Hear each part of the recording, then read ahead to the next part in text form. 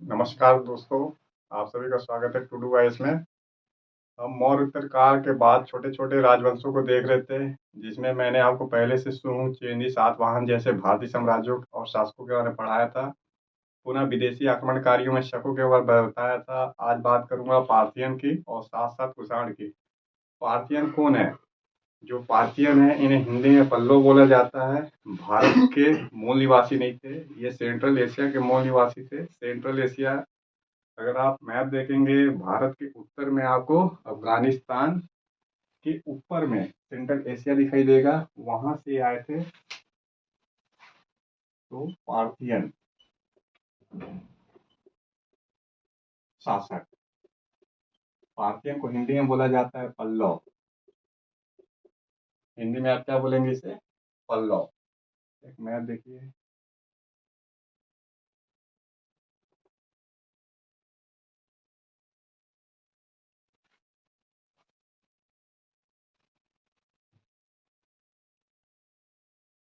ये है भारत का उत्तर पश्चिमी इलाका, जहाँ पे पार्थियन शासन करते थे। करंट में अफगानिस्तान पाकिस्तान वाला इलाका है। ये है आपका हिंदू कुश माउंटेन, क्या बोलेंगे, हिंदू कुश पर्वत। हिंदू कुश पर्वत। तो हिंदू कुश पर्वत में दो दर्रे हैं, बोलन दर्रा और खैबर दर्रा। और ऊपर में है इसके मध्य एशिया, सेंट्रल एशिया। तो सेंट्रल एशिया के मूल निवासी थे पार्थियन। सेंट्रल एशिया की एक जनजाति थी। ये जनजाति भारत के अंदर में आई। इन्होंने हिंदू कुश माउंटेन को पार किया और भारत के उत्तर पश्चिम में जो अफगानिस्तान और उससे पाकिस्तान भारत के हिस्सा थे, इस पे शासन किए। तो सिंध वाले क्षेत्र तक इन्होंने शासन किया। सिंध तक शासन था। पुनः इन्होंने परास्त किया। किसे परास्त किया? तो बोलेंगे यूनानी शासकों को। जो यूनानी शासक है, इनको पराजित किया। और पूरा इलाका जो यूनान के अंडर में था, धीरे धीरे पार्थियन शासक के अंदर चला गया। अब सवाल है कि इसका प्रथम शासक कौन था? तो इस वंश का प्रथम शासक हमेशा आपको याद रखना होगा। एक तो प्रथम शासक, दूसरा महत्वपूर्ण शासक और अंतिम शासक। तो प्रथम शासक में जो उल्लेख है, बोलेंगे बोरनोस। एक नाम आता है प्रथम शासक, प्रथम पार्थियन शासक बोरनोस है।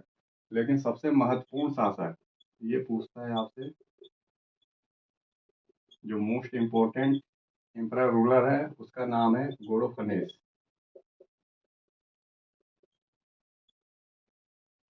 तो गोड़ोफनेस एक महत्वपूर्ण शासक है। इवन सबसे महत्वपूर्ण शासक है, पार्थियन शासक, जिसने पूरा उत्तर पश्चिम भारत पे अधिकार किया था।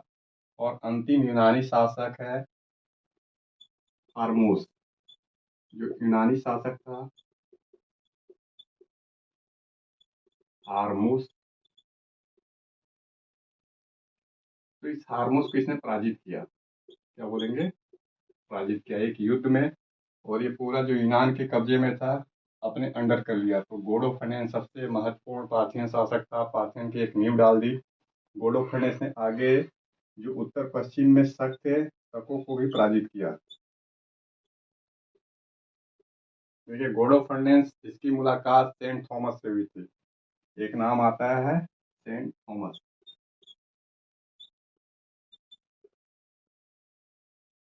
सेंट थॉमस, ये जो सेंट थॉमस थे, उस समय ईसाई धर्म का प्रचार प्रसार करने के लिए भारत आए थे। तो ये गोडो फर्नेस का जो क्षेत्र था, इसमें इन्होंने भ्रमण किया। गोडो फर्नेस से मुलाकात की सेंट थॉमस ने। तो सेंट थॉमस और गोडो फर्नेस की वार्तालाप एक किताब में लिखा गया है, उसका नाम है Act of Saint Thomas. Act of Saint Thomas एक सीरिया का किताब है, भी याद करना है आपको, इंडियन किताब नहीं है, सीरिया का एक किताब है एक्ट ऑफ सेंट थॉमस। ये जो संत हैं सेंट थॉमस, इनका उद्देश्य क्या था? नया नया धर्म था, ईसाई धर्म। पहली शताब्दी की बात है। अगर काल में पूछता है तो आपको बताना है लगभग फर्स्ट ईस्वी, आपको याद रखना है, प्रथम शताब्दी।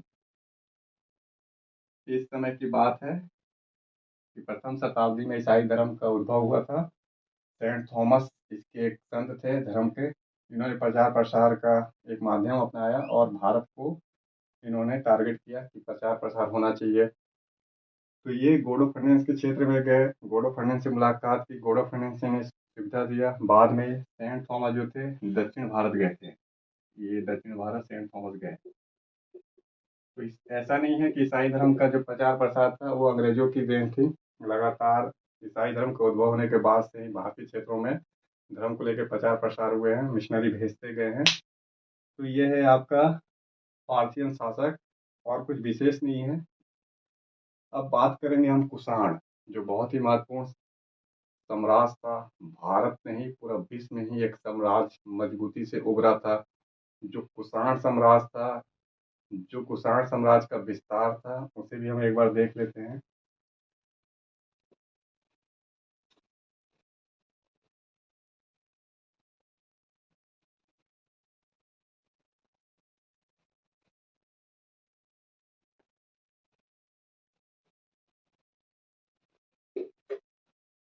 बात कर रहे हैं हम कुषाण साम्राज्य, ये भी विदेशी आक्रमणकारी थे।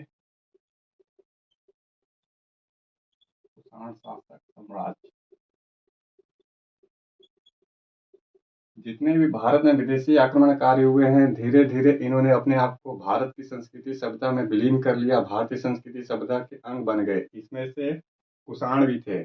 धीरे धीरे जो भाई भारत की रीति रिवाज संस्कृति थी उसको अपनाया, और जो आए थे मूल निवास स्थान उसे छोड़कर पूर्ण रूप से भारत में ही विलीन हो गए।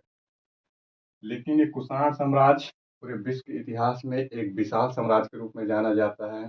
इसकी तुलना, कुषाण शासकों की तुलना उस समय के जो शासक थे, रोम शासक, यूनानी शासक, उस साइड से आपके चीन के शासक, इससे तुलना की जाती है। और साम्राज्य में इसका साम्राज्य मंगोल साम्राज्य, पुनः रोमन साम्राज्य और चीन साम्राज्य से कंपेयर किया जाता है। तो भारत ही इतिहास में इनकी जगह नहीं है, विश्व इतिहास में भी इनकी जगह है। इसमें बात करेंगे हम कुषाण शासकों का। तो इनका ये मूल निवास स्थान बोलेंगे सेंट्रल एशिया था। सारे सेंट्रल एशिया के जनजाति थे। मध्य एशिया इनका मूल निवास था। मध्य एशिया से भारत के अंदर आए थे। तो भारत के अंदर आने से पहले पार्थियन शासक के अंदर वाला ये पूरा इलाका था, अफगानिस्तान और पाकिस्तान। तो इन्होंने पार्थियन को पराजित किया। क्या बोलेंगे? पार्थियन शासकों को कुषाणों ने रिप्लेस किया।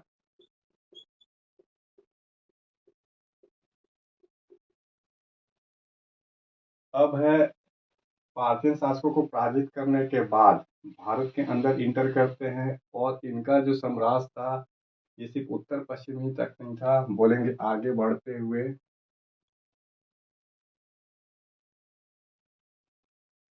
ये पूरा गंगा का मैदान दिख रहा है आपको,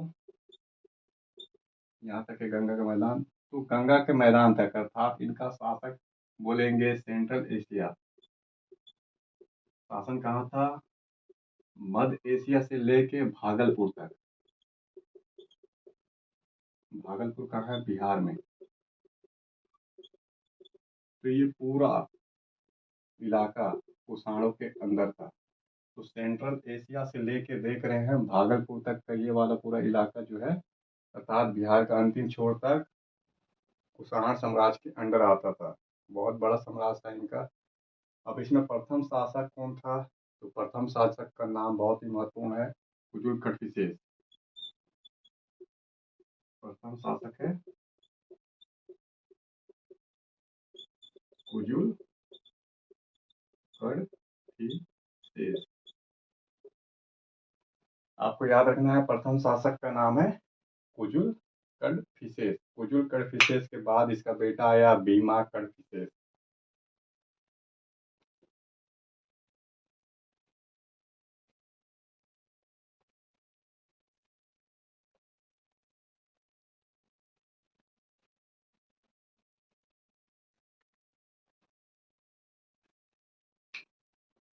बीमा कड़फिसेस दूसरा शासक था।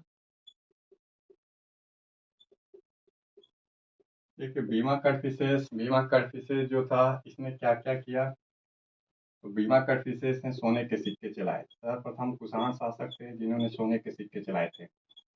अगर क्वेश्चन आता है कि विश्व में सबसे पहले भारत में सोने के सिक्के किसने चलाया, तो भारत के अंदर सोने का सिक्का चलाया था कुषाणों ने। कुषाण में भी पूछता है, शासक का नाम आपको बताना होगा, भीमा कटफिसेस जो कुषाण शासक था, इसने सोने के सिक्के चलाए।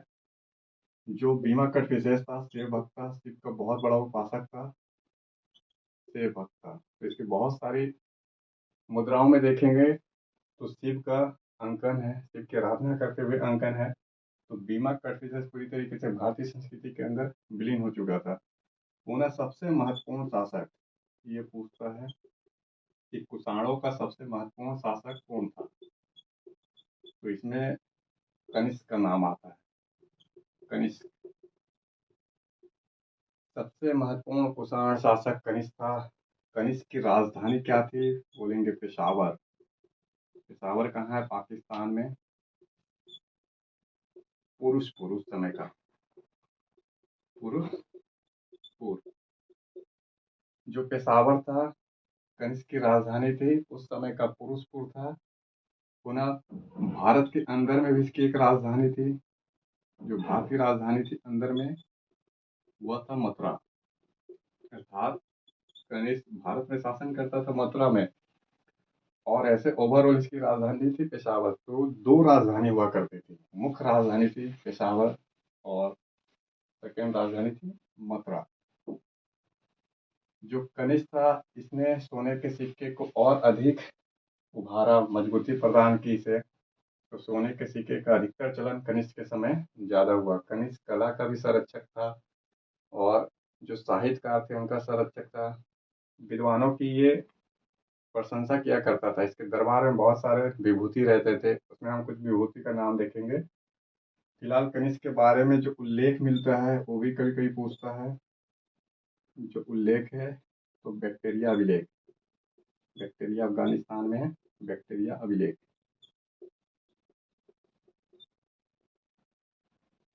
तो बैक्टीरिया अभिलेख में कनिष्क का उल्लेख है, और कनिष्क का प्रथम अभिलेख है। जो कनिष्क है इसकी प्रथम अभिलेख है बैक्टीरिया अभिलेख, जो इसका राजरोहण है। राजरोहण के तुरंत बाद उसी साल में इसने अभिलेख जारी किया था। इसकी लिपि यूनानी लिपि है। लिपि क्या है, यूनानी लिपि। अब यहाँ पे हम लोग बात करते हैं थोड़ा सा कनिष्क के बारे में, कि कनिष्क जो था वह, इसके दरबार में कौन कौन से विद्वान रहते थे। उन विद्वानों को पहले देख लेते हैं। अश्वघोष, नागर अर्जुन, वसुमित्र, चरक। तो ऐसे विद्वान रह रहे हैं अश्वघोष, नागर अर्जुन, वसुमित्र और चरक। ये सारे बौद्ध विद्वान हैं, अश्वघोष, नागर अर्जुन और वसुमित्र। जो चरक है, चरक संहिता के लिए फेमस है। इसमें अश्वघोष को देखते हैं। जो अश्वघोष है, इन्होंने बहुत सारा किताब लिखा है। साहित्यकार, कवि, संगीतज्ञ सब थे अश्वघोष। अश्वघोष की किताब का नाम कभी कभी पूछ लेता है, बुद्ध चरित्र। बुद्ध चरित्र की किताब का नाम है। पुनः सौरदानंद, सौरदानंद और सारिपुत्र प्रकरण, सारिपुत्र प्रकरण। क्या बोलना है, जो अश्वघोष है, अश्वघोष किसके दरबार में रहता था, अश्वघोष कनिष्क के दरबार में रहता था। कनिष्क के दरबार की महान विभूति, साहित्यकार, कवि, संगीतज्ञ सब थे। इन्होंने बुद्ध चरित्र किताब लिखा है, सौरदानंद की रचना की है और सारिपुत्र प्रकरण की रचना की है। पुनः नागार्जुन, तो नागार्जुन देखिए भारत के आइंस्टाइन कहलाते हैं। अपने सापेक्षता सिद्धांत के लिए प्रसिद्ध हुए थे। तो नागार्जुन बौद्ध विद्वान है और महायान संप्रदाय के हैं। महायान संप्रदाय के हैं। बौद्ध में किस संप्रदाय के हैं, महायान संप्रदाय के हैं। एक है चरक, देखिए चरक, इन्होंने लिखा है चरक संहिता, चरक संहिता। जो चरक हैं भारत में आयुर्वेद के जनक माने जाते हैं। इनकी किताब का नाम है चरक संहिता। आयुर्वेद देखेंगे आप, औषधि से संबंधित है अर्थात चिकित्सा से संबंधित है। तो आयुर्वेद के जनक माने जाते हैं चरक, जिसके दरबार में रहते थे, कनिष्क के दरबार में रहते थे। कनिष्क ने शक संवत की शुरुआत की थी।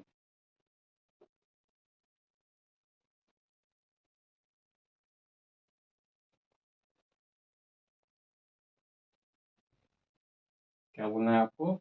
जो कनिष्क है, कनिष्क ने शक संवत की शुरुआत कराई थी।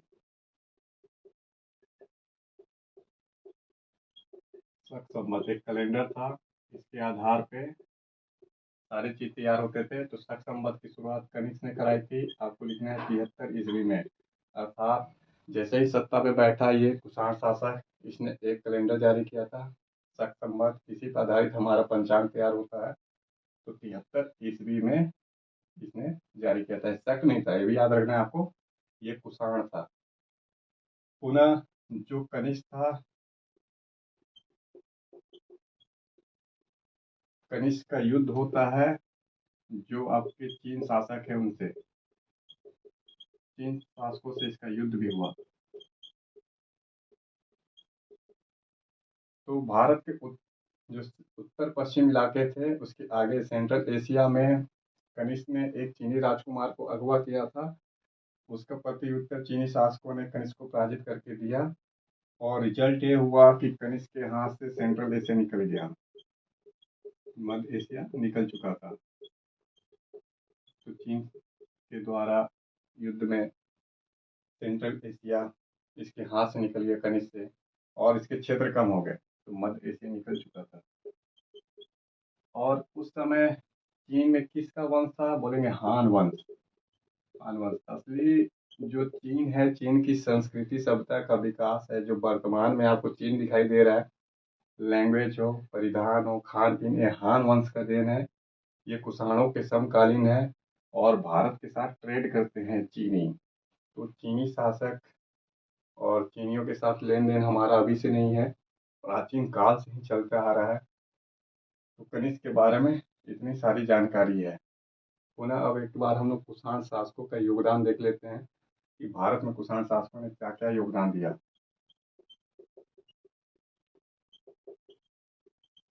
देखिए, कुषाण शासक अपने आप को देवी अधिकार से संपन्न बताते थे। वो ईश्वर के पुत्र के रूप में अपने आप को घोषणा करते थे। इनकी मूर्ति पूजा होती थी, मरने के बाद ये देवत के रूप में पूजे जाते थे। क्या बोलना है? देवत के रूप में इनकी पूजा होती थी कुषाण शासकों की। जो कुषाण शासक थे मर जाते थे तो इनकी मूर्ति बनती थी, पूजा होती थी इनकी। और देवालय, जो देवालय हैं अर्थात मंदिर उस समय का, अलग अलग जगह देवालय बने हुए थे, वहाँ पे इनकी प्रतिभा स्थापित होती थी। कनिष्क की ऐसी मूर्ति एक मिली है मथुरा से, तो जिसमें कनिष्क को एक देवता के रूप में दिखाया गया है। कनिष्क की मथुरा की मूर्ति, क्या बोलेंगे? कनिष्क की मथुरा मूर्ति, इसमें देवत के रूप में इसे दिखाया गया है। ये हो गया आपका। पुनः आपको बोलना है, पहले जो सिक्के चल रहे थे यूनानियों ने चलाया, तो यूनानी सिक्के का प्रभाव किस पे था? कुषाणों पे था। फिर कुषाणों ने जो सोने के सिक्के चलाए, तांबे चांदी के सिक्के चलाए, उस पर जिस तरीके की नक्काशी की थी मुद्रा व्यवस्था में, तो यूनानियों का कुषाणों ने कॉपी किया था। बाद में जो कुषाण थे, कुषाणों का कॉपी किसने किया? गुप्तों ने किया। गुप्तों के बाद गढ़वाल जैसे शासक, बहुत सारे भारतीय शासकों ने कॉपी की। तो जो भारतीय शासक थे उन्होंने भी मुद्रा व्यवस्था को अपनाया कुषाणों की। तो आपको बोलना है, जो भी मुद्रा व्यवस्था थी यूनानियों की एक छाप थी, कुषाणों ने अपनाया, कुषाणों के द्वारा गुप्तों ने, गढ़वालों ने अपनाया। अब यहाँ पे हम लोग बात कर लेते हैं कला का। कला में गांधार कला का विकास तो कब हुआ था? यूनानी के समय। गांधार कला और मथुरा कला, ये दो देखना है आपको। गांधार कला और मथुरा कला किस लिए है? गांधार कला, मथुरा कला आपकी मूर्ति निर्माण से संबंधित है। इसका हम लोग थोड़ा ब्रीफ देख लेते हैं, क्योंकि ये आर्ट्स और कला का पोर्शन है, इसमें आपको डिटेल पढ़ना होता है। कौन कौन सा कला? गांधार कला और मथुरा कला।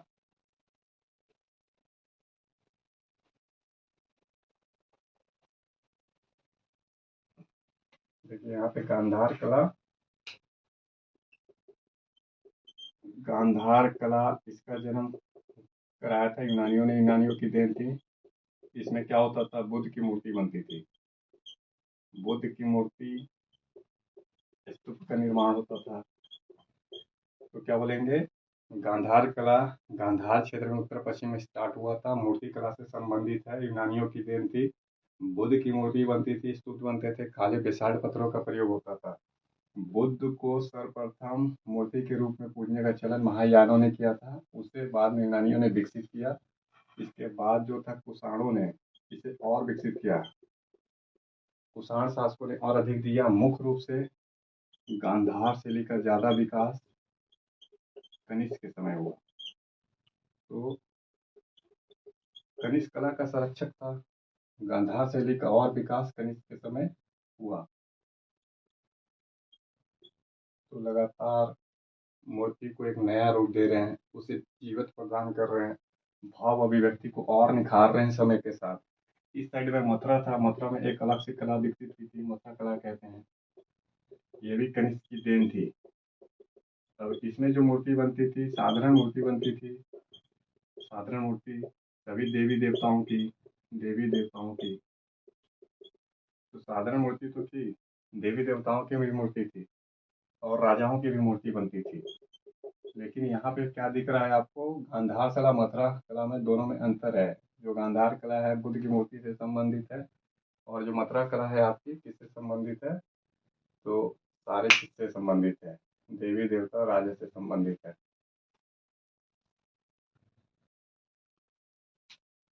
अब देखिए यहाँ पे हमको थोड़ा सा और देखना है फैक्ट।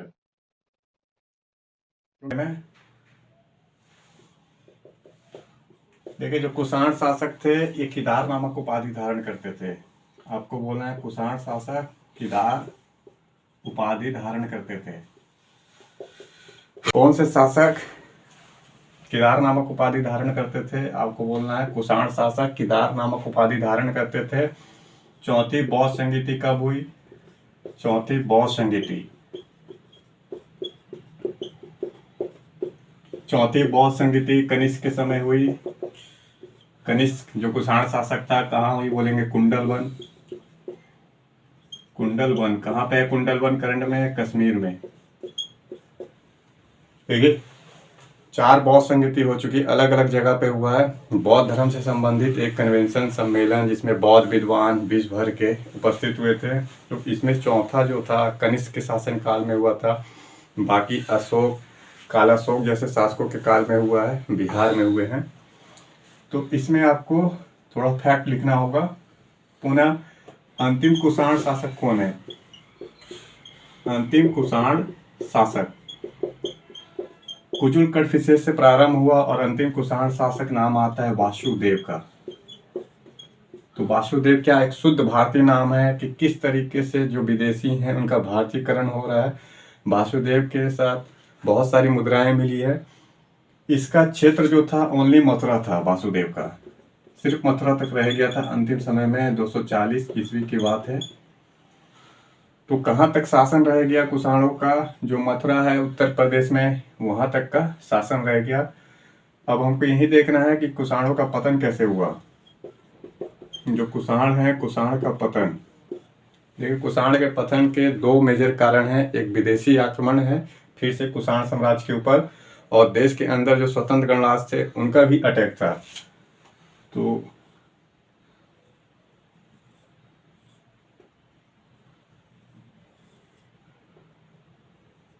इस साइड से ईरान का अटैक हुआ कुषाणों के ऊपर, इसे बोलते हैं फारसी अटैक। फारसी आक्रमण में उस समय जो ईरान था, ईरान में सासियन साम्राज्य आया था, सासियन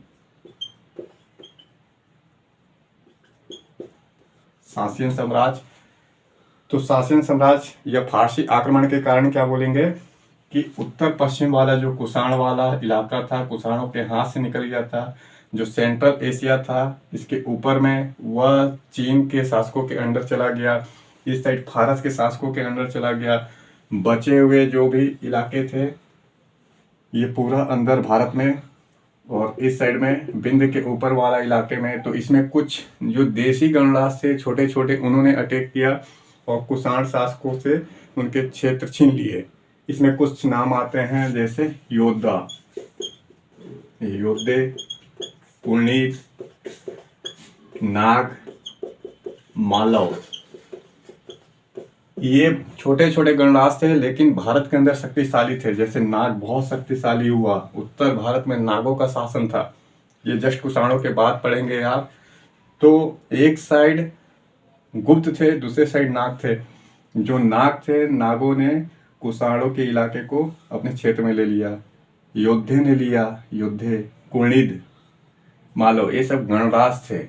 तो कुषाण का जो इंटरनल वाला भाग था वो वहां से चला गया, जो एक्सटर्नल वाला भाग था वो चला गया। लास्ट समय में ट्रेड दिख रहा है आपको 240 ईस्वी के आसपास।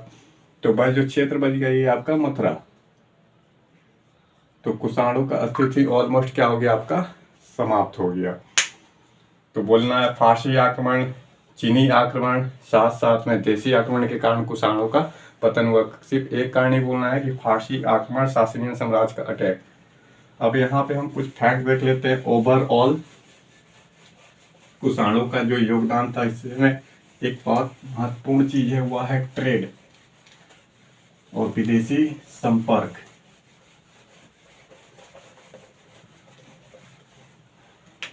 तो डायग्राम से ही आप समझिएगा, बाकी नोट्स तैयार करना है आपको।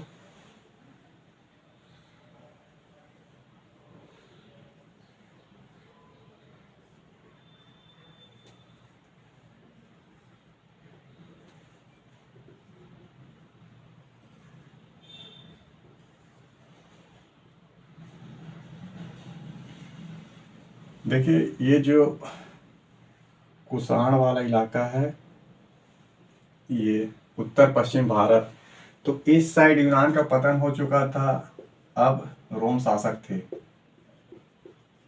और इस साइड में चीनी साम्राज्य था, जो आपके चीनी शासक थे।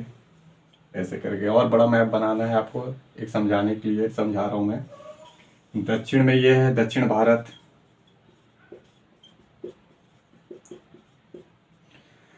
तो क्या है, चीन में सिल्क का प्रोडक्शन बहुत अधिक होता था और भी वस्तुओं का प्रोडक्शन होता था। भारत अपने मसाले के लिए जाना जाता था, तो भारत में मसाला हो रहा है, चीन में सिल्क हो रहे हैं। ये दोनों एक रूट से जुड़ते थे। भारत का ये वाला इलाका जुड़ जाता था और चीन का सेंट्रल एशिया से गुजरता हुआ एक रास्ता, इस रास्ते का नाम आता है, कभी कभी पूछता है आपसे, सिल्क रूट। सिल्क रूट क्या है? सिल्क रूट तो एक ऐसा रास्ता जिससे सिल्क का अधिकतम कारोबार हो। तो सिल्क का जो कारोबार था प्राचीन भारत में और प्राचीन समय इतिहास में, वह है सिल्क रूट।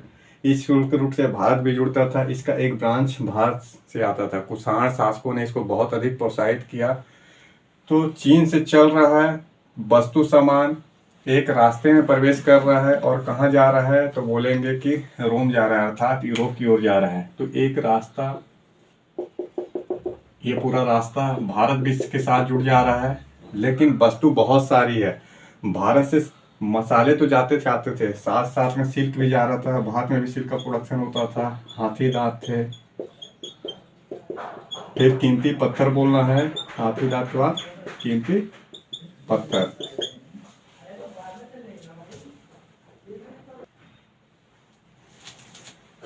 तो क्या बोलना है, कीमती पत्थर है, हाथी दांत है, और कीमती पत्थर में हीरा, मोती, लाजवर्द, ये सब वस्तु जो है स्थल मार्ग के साथ साथ समुद्री मार्ग से भी जुड़े हुए हैं। ट्रेड हो रहा है भारत में। तो व्यापार का काल था, इंटरनेशनल व्यापार चल रहे थे। और चीन की अलग से जो भी वस्तु थी मोस्टली सिल्क थे। और भारत इसमें ट्रांजिट रूट में भी जुड़ा हुआ था, अर्थात चीन से सामान आ रहे थे भारतीय बंदरगाहों पे, जैसे सिल्क आ रहे थे, और इसके बाद फिर से यूरोप देशों को निर्यात कर रहा है भारत। तो सिल्क आ रहे हैं भारत में, समुद्री मार्ग से भी आ रहे हैं, पुनः समुद्री मार्ग से फिर यूरोप की ओर जा रहे हैं, इधर लैंड से भी व्यापार चल रहा है। तो लगातार जो है इंटरनेशनल ट्रेड भारत के उत्तरी पथ से भी दक्षिण से भी जा रहा है। उत्तर में कुषाणों ने बहुत महत्वपूर्ण काम किया, इन्होंने सिल्क रास्ते को और विस्तार किया। जो व्यापार थे, व्यापारी निगम उसको बहुत अधिक प्रोत्साहन देते थे, प्रोटेक्शन देते थे। तो भारत का इंटरनेशनल ट्रेड चरम मुकाम पे पहुंच चुका था। क्या बोलना है, तो व्यापार हो रहा था। अब बड़े बड़े व्यापारी वर्ग थे, जो बड़े बड़े व्यापारी वर्ग थे, इन्होंने अपना निगम बनाया हुआ था, तो व्यापार निगम बोलते हैं, कभी कभी पूछ लेता है ये। तो ट्रेड, जो व्यापारी थे ट्रेड कर रहे थे, इन्होंने अपना निगम बनाया था, इसे श्रेणी कहते थे। इसके साथ साथ में इन्हें बहुत सारा छूट मिला हुआ था, जैसे टैक्स में छूट है, ये अपनी सेना रखते थे।